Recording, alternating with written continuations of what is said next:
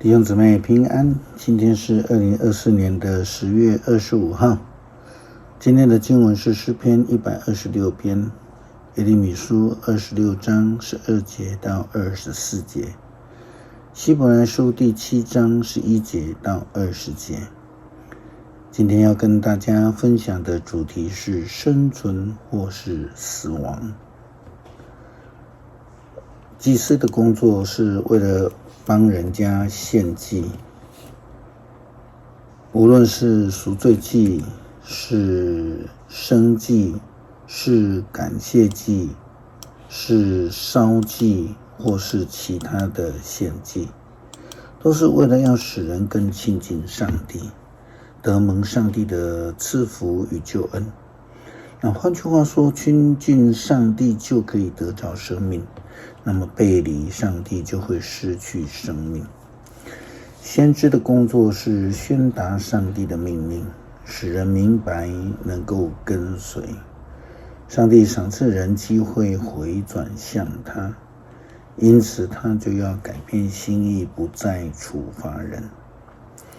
圣经耶利米书26章12节到24节这样说道：耶利米就对官长和众百姓说，耶和华差遣我预言攻击这殿和这城，传讲你们所听见的这一切话。现在要改正你们的所作所为，听从耶和华你们上帝的话，他就必改变心意，不把所说的灾祸降于你们。至于我，看啊，我在你们手中，你们眼里看什么是好的，是正确的，就那样待我吧。但是你们要确实知道，你们若把我处死，就是流无辜人血的罪归于你们和这城，以及城里面的居民了。因为耶和华确实差遣我到你们这里来，将这一切的话来传到你们耳中。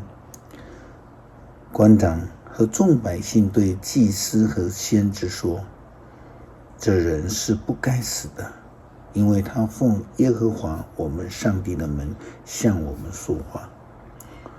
国中的长老就有几个起来，对聚集的众百姓说，当犹大王西西家的日子，有魔力杀人弥迦对犹大众百姓预言说，万军之耶和华如此说，西安要被耕种像一块田地，耶路撒冷要变成废墟，这殿的山必像丛林的高处。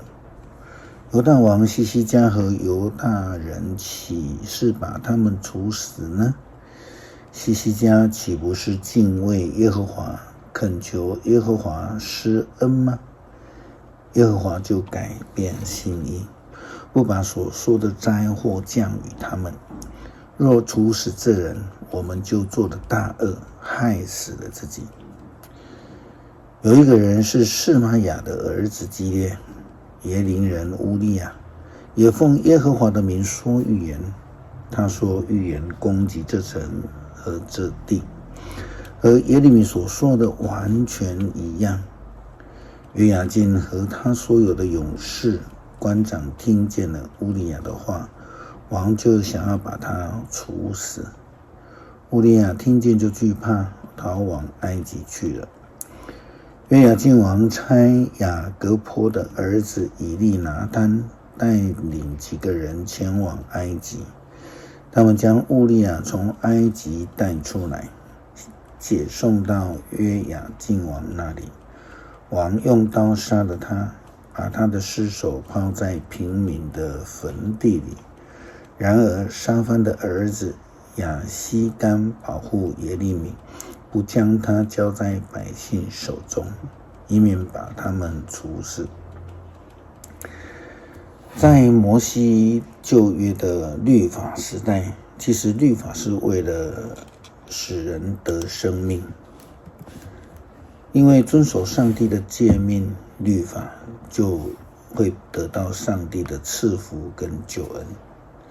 透过祭司的献祭，听从经学士的教导，遵行先知律法的规范，但是后来律法却变质了，就如同保罗所说的，律法是叫人死，只有耶稣基督的拯救恩典使人活。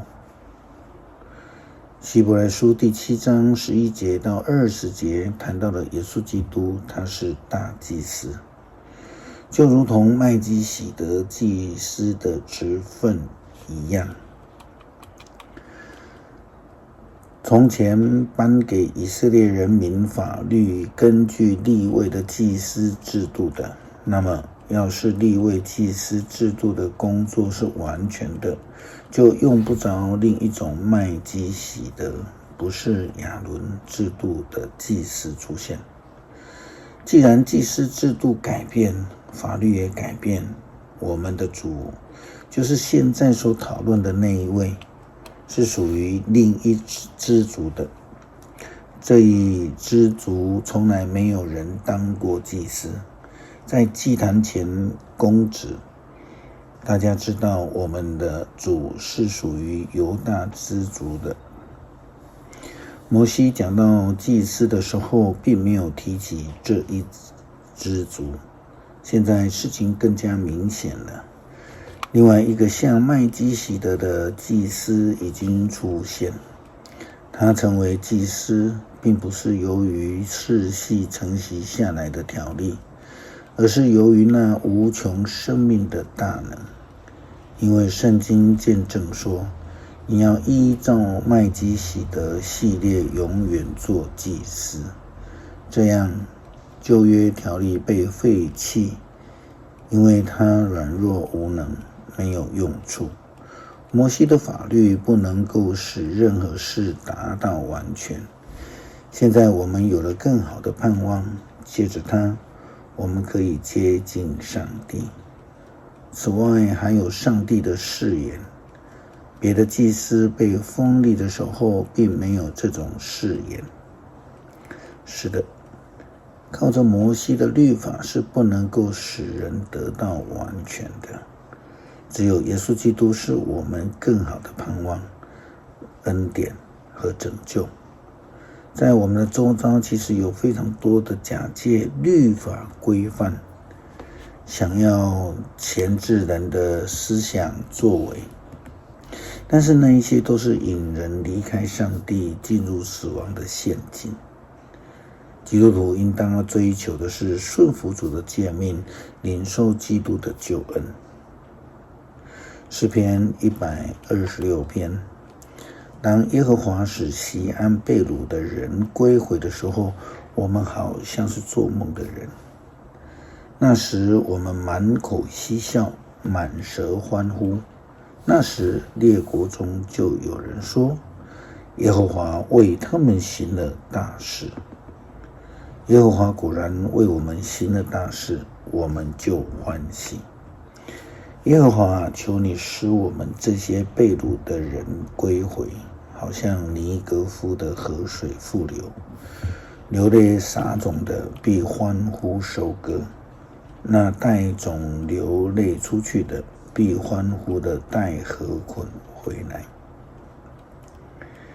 恳求主帮助我们看重救恩，愿意每天亲近上帝，跟随主的旨意，领受救恩的恩典，不叫我们过分的看重诫命而远离上帝的救恩，而失去了永生的生命。